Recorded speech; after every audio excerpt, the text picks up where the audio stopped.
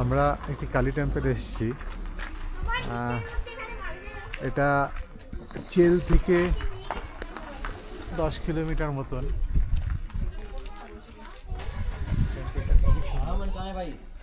তো আমরা এখন ভিতরে যাবো।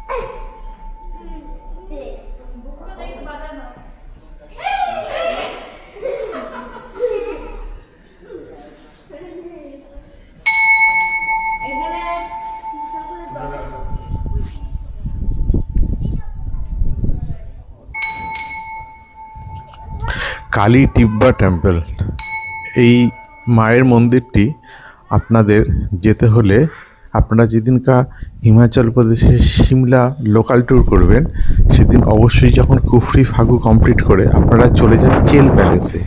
চেল প্যালেসটা হলো যেখানে 3 ইডিয়টস সিনেমার শুটিং হয়েছিল। রণছর দাস চাচারের যেই বাংলোটা ছিল সেখানে সেই জায়গাটা আপনারা ভিজিট করে আরও 10 কিলোমিটার যদি আপনি ওই রাস্তায় যান তাহলে আপনি মায়ের মন্দিরটি পেয়ে যাবেন।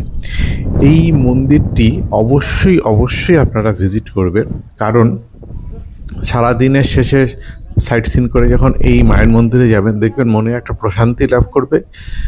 তার প্রধান কারণ বলতে পারেন এই মন্দিরের অবস্থান প্লাস পরিবেশ, শান্ত পরিবেশ, খুব একটা কোনো ভিড় নেই, পুজো দেওয়ার লম্বা লাইন নেই, শান্ত নিরিবিলি পরিবেশের মধ্যে এই মন্দিরটি অবস্থিত। আর যেটা সবচেয়ে ভালো লাগবে সেটা হলো এর 360 ভিউ, চারিদিকে যে পাহাড়ের ভিউটা সেটা আপনাদেরকে অবশ্যই আকৃষ্ট করবে।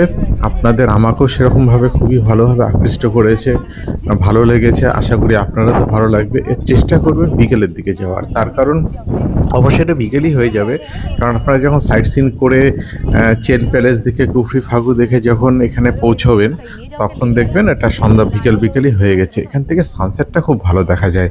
তো এই সানসেটটাকে অবশ্যই এখান থেকে উপভোগ করবেন, আর সাথে মায়ের মন্দির দর্শন করবেন। আর একবার বলে দিচ্ছি, কালী টিব্বা টেম্পল, এই টেম্পলটার নাম। আপনারা যখন যাবেন আপনাদের গাড়িকে বলে দিবেন যে আমরা কিন্তু অবশ্যই চেল প্যালেস ভিজিট করে কালী টিব্বা টেম্পল দর্শন করব। অথবা আপনারা যদি কুফরি ফাগু না যান তাহলে ডিরেক্ট সিমলা থেকেও যেতে পারেন।